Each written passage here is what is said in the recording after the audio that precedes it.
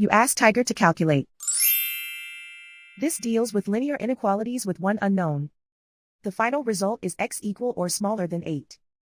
Let's solve it step by step. Swap sides.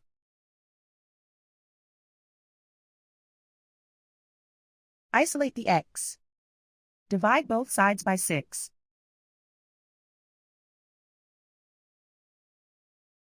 Simplify the fraction.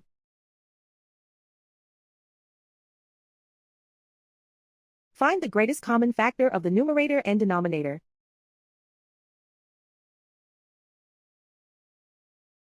Factor out and cancel the greatest common factor.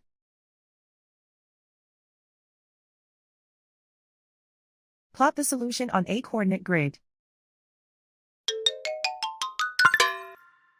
And so the final result is x equal or smaller than 8.